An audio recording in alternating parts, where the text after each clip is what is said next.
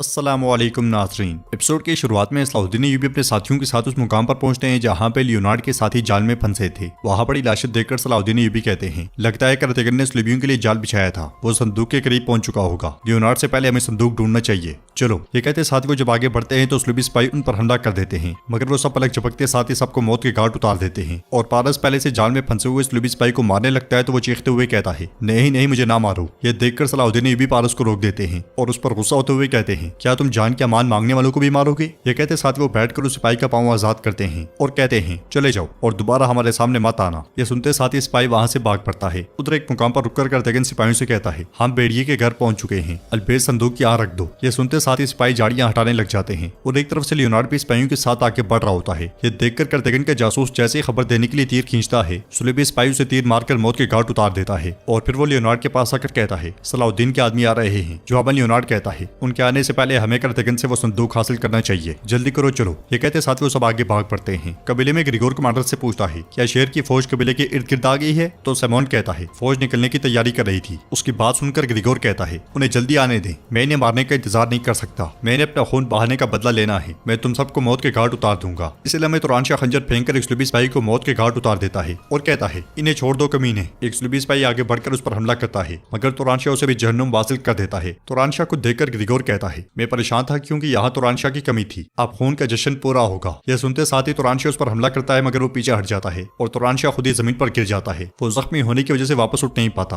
और ग्रिगोर उसे एक जोरदार लात रसीद करता है। ये देखकर सब तड़प उठते हैं और ग्रिगोर पर लान तान करते हैं। सुलेबी सिपाही तुरानशाह को घसीटकर घुटनों के बल बिठा देते हैं और ग्रिगोर कहता है, मैं एक एक करके तुम सबको मार डालूंगा और फिर तुम्हारी लाशें उस सलाहुद्दीन के पास फेंक दूंगा। जंगी महल में सीढ़ियां उतरते हुए मेदोद बैबोरा से पूछता है, क्या फौज तैयार है? जवाबन बैबोरा कहता है, तैयार है, वो हमले के लिए आपके हुक्म का इंतजार कर रहे हैं। यह सुनकर मेदोद कहता है, कबीला आज वापस लिया जाएगा, सुल्तान के वापस आने से पहले उसे खत्म कर देना चाहिए। अमवात का जिम्मेदार सलाहुद्दीन होगा। चलो मजीद इंतजार करने के बजाय हमला करने का वक्त आ गया है। और इसके साथ ही वो सब आगे बढ़ जाते हैं और दूसरी तरफ आगे बढ़ते बढ़ते सलाहुद्दीन अय्यूबी उस मुकाम पर पहुंचते हैं जहां पे करतगन के जासूस को स्लूबियों ने मार दिया था। उसे देखते हुए एजिज कहते हैं, एक स्लूबी ने करतगन के मुखबर को मार दिया है। तो सलाहुद्दीन अय्यूबी कहते हैं, सुलेबी करीब पहुंच चुके हैं, चलो शाबाश। ये कहते साथ ही वो सब आगे बढ़ते हैं। लियोनार्ड भी दूसरी तरफ से आगे बढ़ रहा होता है और कहता है, हम करीब पहुंच चुके हैं, हमें सलाहुद्दीन से पहले संदूक लेना होगा। इसी दौरान उसकी नजर भेड़िए पर पड़ती है तो वो तीर मारकर भेड़िए को मार देता है और कहता है, तुम्हारा भेड़िया मर चुका है, अब तुम्हारी बारी है करतगन। दूसरी तरफ करतगन के सिपाही संदूक के गड़े में रख देते हैं। नाजरीन, करतगन इतने कीमती संदूक को मट्टी में रौंद रहा होता है और कहता है, अब मैं उस लिबियों से जाकर मिलूंगा और जो चाहूंगा हासिल करूंगा, मैं जाकर गजाली को भी बचा लूंगा। संदूक डालने के बाद सिपाही उस पर झाड़ियां फेंकने लग जाते हैं और पूरी तरह से छुपाने के बाद सिपाही कहते हैं, हमने संदूक को छुपा दिया है। जवाबन करतगन कहता है, खूब, बहुत खूब, अब मैं उस लिबियों से बात करने सलाहुद्दीन के कबीले जाऊंगा, उन्होंने वो तैयार किया होगा जो मैं चाहता था। गजाली की जान बचाने पर उसे बहुत खुशी होगी, इसलिए मैं उनके सामने भेड़िए का सर आ लगता है। ये देखकर वो सब चौंक जाते हैं। सर फेंकने वाला लियोनार्ड होता है। उसे देखकर करतगन गुस्से से कहता है, तुमने मेरा सहराई भेड़िया मार दिया। तो लियोनार्ड कहता है, फिक्र ना करो करतगन, तुम्हें तुम्हारी इस भेड़िए दोस्त से मिलाने जा रहा हूँ, मैं तुम्हारा भी सर काट दूंगा। जवाबन करतगन कहता है, तुमने मेरे भेड़िए को मार डाला, मैं तुम्हारी खाल खींच दूंगा, चलो भेड़ियो हमला।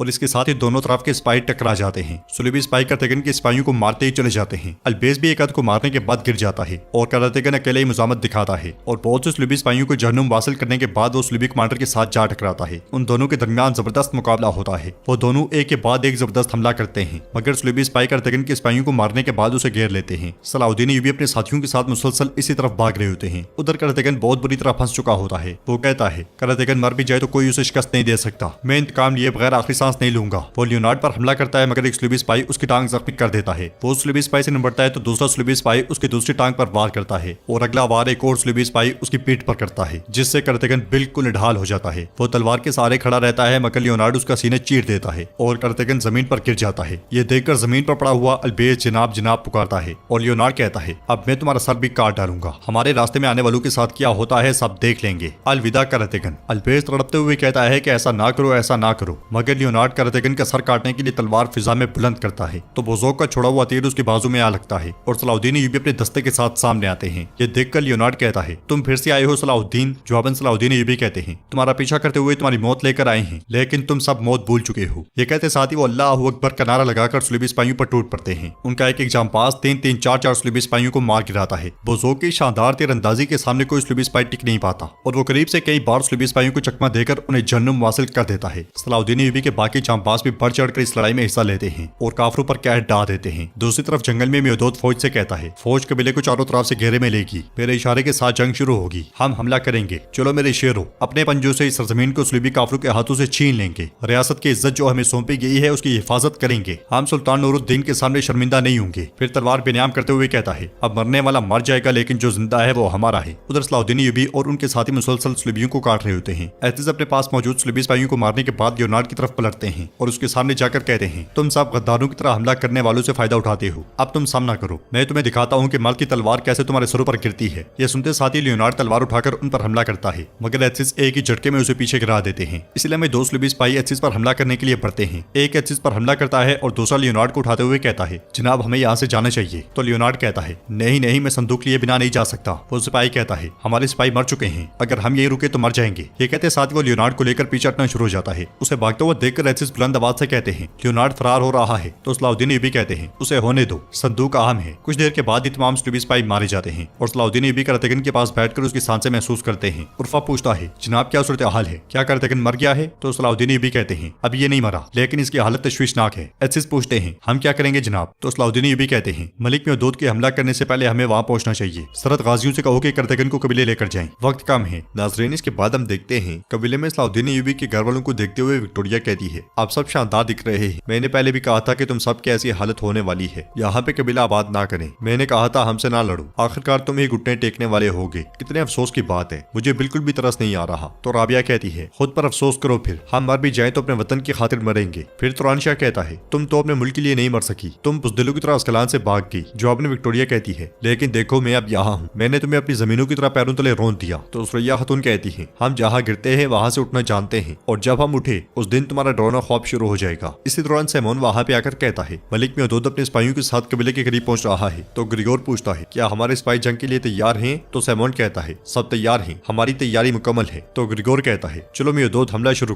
करो ताकि मुझे खून से जश्न मनाने का मौका मिले। तो नाज़रीन, इसके साथ ही एपिसोड इख्तिताम पजीर होती है। अगर आपको वीडियो पसंद आए तो वीडियो को लाइक करें, चैनल को सब्सक्राइब करें और बेल आइकन पर लाजमी से क्लिक कर दें। इंशाल्लाह मिलते हैं नेक्स्ट वीडियो में, तब तक के लिए रखें अपना और अपनों का बहुत ज्यादा ख्याल। अल्लाह निगहबान।